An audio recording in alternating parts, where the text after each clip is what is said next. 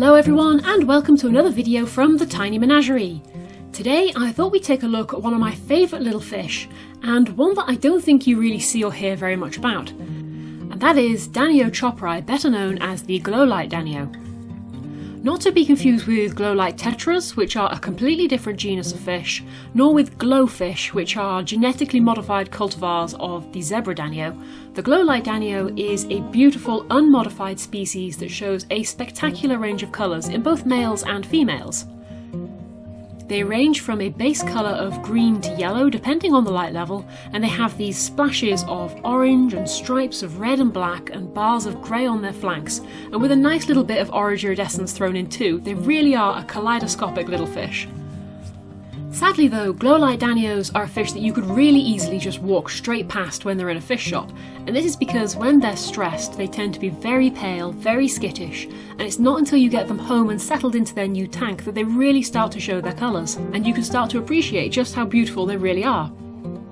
They also stay nice and small, with even the largest female only reaching about 1.5 inches in length, making them eminently suitable for medium-sized aquariums.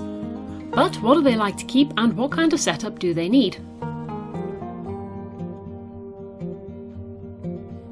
Glowlights originate from a small area of Myanmar where they inhabit wide, slow-flowing tributaries that have either a rocky, gravelly or a heavy silt as the substrate. These tributaries are very prone to receiving heavy floodwaters from the hills during the rainy season, and so Glowlight Danios have evolved to tolerate a really wide range of different temperatures, from as low as 16 degrees C all the way up to 27 degrees C, meaning they can be kept in a tropical tank, or they could be kept in a temperate one along with white cloud minnows or platies, for example.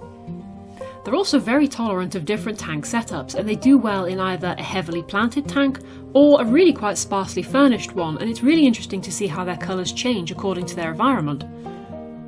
In a brightly lit tank, for example, they tend to be more on the yellow sort of side, whereas in a darker one they go more towards the green in colour. Glowlights also show a lot of colour variation between different individuals because it's used to display their rank within the group, and black seems to be particularly important to them. They live in a strict pecking order within the school, and the lower status individuals barely show any of the black stripe that runs along the length of their back, while more aggressive fish do, especially when they're displaying to each other or when they're coming into breeding condition. Closely matched males will often spar with each other to establish a small territory, and then they sort of chase the females around, and while they do, they're showing their brightest colours. And in the meantime, the lower ranking individuals tend to remain paler and try to stay out of the way. And this need to display and establish a pecking order is one of the reasons why Glowlights really do need to be kept in a group with their own kind. They'll happily school with other similar sized fish, but without other Glowlights for company, you won't have the opportunity to see them socialising like this. Ideally, you want to have at least 6 in a group, and they will spend most of their time patrolling together around the lower 2/3 of the tank in an unending quest for food. With this in mind, when it comes to deciding if they're right for your tank, Glowlights care a lot less about how many litres the tank is, and far more about what its footprint size is. They are much more comfortable in a wide, shallow tank that they'll treat a bit like a racetrack than they are in a cube of the same volume, for example, that they're going to be stuck swimming around in circles. I would say as a minimum you're looking about 1 metre in length, even if the tank is only 20 centimetres tall. It's the length that matters. Glowlights get along well with other fish, although dominant males can do a little bit of harmless chasing when they're guarding their little territory, and they are perfectly suitable for community setups so long as you remember their small size. The only real issue I've ever had with mine is that they are one of the most prolific hunters and eaters of fry that I have ever known.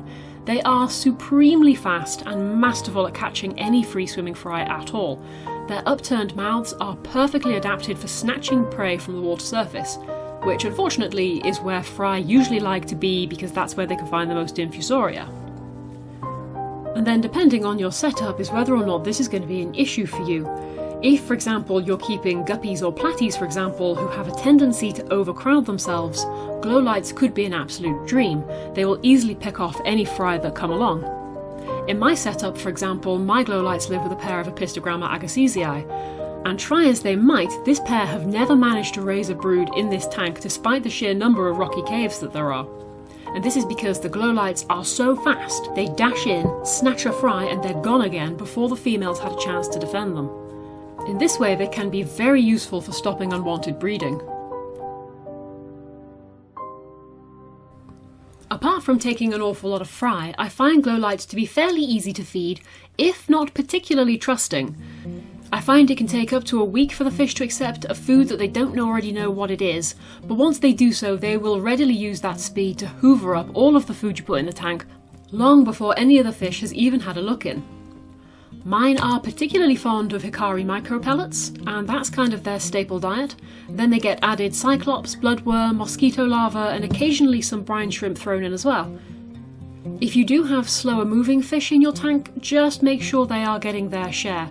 Glowlights are ravenous when it comes to food, and they will snatch anything up long before anybody else spots it. Breeding Glowlights is fairly simple, much the same as you would with any other Danios species. They will scatter their eggs and then show absolutely no parental care at all. In fact, if given the chance, they would happily consume their own fry. They are group spawners, so it's much easier to spawn them with an equal number of males to females. Unfortunately though, sexing the fish is virtually impossible when they are young. They look exactly the same, and even as they get older, the sexes can be really easily mistaken for each other. The females are just as bright as the males, and they are just as likely to get into scraps as the males are. The only sure sign is when the females start to swell with eggs, at which point they can be moved to a breeding tank if that's what you desire.